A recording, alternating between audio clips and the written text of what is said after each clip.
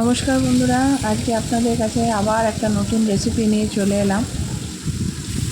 আজকে আপনাদের রান্না করে দেখাবো যে কোনো মাছ দিয়ে, রুই, কাতলা বা অন্য যে কোনো মাছ আপনারা খেতে ভালোবাসেন, সর্ষে পোস্ত। খুবই একটা সাধারণ ইজি রেসিপি, যেটা ঘরে ঘরে হয়ে থাকে। আশা করি আপনারা সবাই হয়তো জানেন। ভাবলাম রান্নার কোনো রেসিপি আপলোড করার আগে সবথেকে ইজি, তাড়াতাড়ি হওয়া এমন একটা রেসিপি শেয়ার করি, যেটা সবার ঘরেই হয়ে থাকে, সবাই আপনারা জেনে থাকেন। তো যথারীতি কড়াইটাকে গরম করে তার ভিতরে সর্ষের তেল দিয়ে নুন হলুদ মাখিয়ে রাখা মাছগুলো কড়াইয়ের তেলে ছেড়ে দিয়েছি। মাছগুলো এক পিঠ ভাজা হয়ে গেলে মাছগুলো উল্টে নেবেন। আপনারা আপনাদের মনে মতন ইচ্ছা যে কোনো অন্য মাছ দিয়েও রান্না করতে পারেন, ছোটো মাছ হোক বা বড় মাছ হোক। আমার কাছে আজকে কয়েক পিস ছোটো মাছও ছিল, মৌরলা, তাই আমি বড় মাছটা ভাজার পরে খানিকটা ছোটো মাছ দিয়েও করেছি। সেটা আলাদা, আপনাদেরকে কখনো অন্য ভিডিওতে দেখাবো।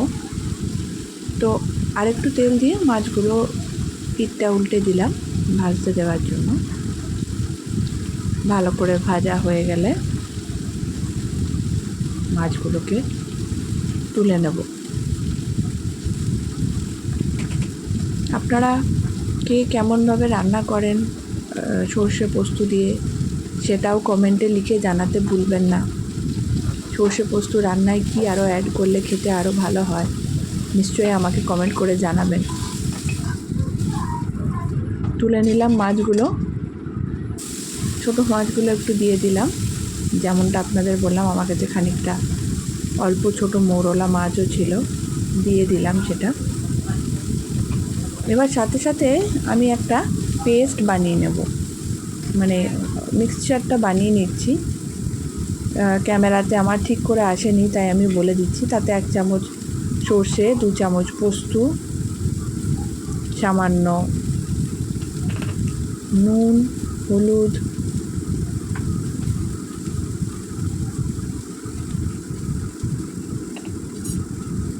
শুকনো লঙ্কা সব একটা পাত্রে মিশিয়ে নিয়েছি আমি ভালো করে। মাছগুলো দেখুন ভাজা হয়ে গেলে ছোটো মাছগুলো এপিট ওপিট করে ভালো করে ভেজে নিয়েছি।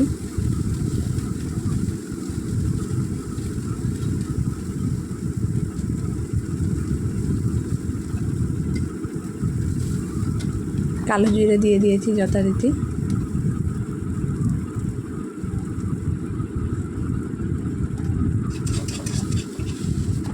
এগুলোকে এবার এক সাইডে তুলে রেখে দিলাম। আগে বড় মাছের প্রিপারেশনটা করে নিই, তারপর ছোটো মাছটা অন্য ভিডিওতে আপনাদের দেখাবো। একটুখানি সামান্য তেল দিয়ে তাতে 5 ফোড়ন দিলাম। এবার যে মিক্সচারটা বানিয়ে রেখেছিলাম সেটা দেবার আগে একটু একটা গোটা টমেটো দিয়ে দিলাম তেলের ভেতরে।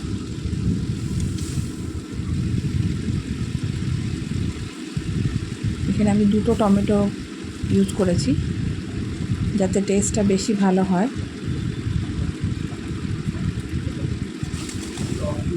ভালো করে নেড়ে চেড়ে একটু টমেটোটা গলে এলে বানিয়ে রাখা মিশ্রণ,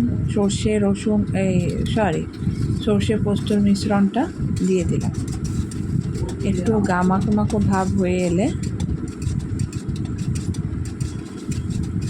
ভালো করে নেড়ে চেড়ে একটু কষা হয়ে গেলে, দেখতেই পাচ্ছেন আমার রান্নাটার থেকে তেল ছেড়ে এসছে। হয়ে গেলে মাছগুলো এরপর আমরা দিয়ে দেব। সামান্য আর একটু জল অ্যাড করলাম। এবার ভেজে রাখা মাছের পিসগুলো দিয়ে দিলাম। আপনারাও করে দেখাবেন, যারা রান্না জানো না তারাও করে দেখতে পারো কেমন হয়েছে। এখানে আমার কাছে ঘরে ধনেপাতার শর্ট ছিল, ধনেপাতা একটু ছিটিয়ে দিলে আরও ভালো ফ্রেশ গন্ধ আসে। কেমন হয়েছে জানাবে রান্নাটা। এটা খুবই একটা সাধারণ রেসিপি, সকলের ঘরে ঘরে হয়। এই রেসিপিটাকে আরও ভালো করে কি করে রান্না করা যায়, কেউ যদি জেনে থাকো সেটাও কমেন্ট করে লিখতে ভুলবেন না। এই হলো আজকে আমার আজকের মতো রেসিপি। মাছগুলোকে একটু উল্টে পাল্টে দিলাম যাতে মাছের ভেতরে গ্রেভিটা ঢুকে যায় ভালো।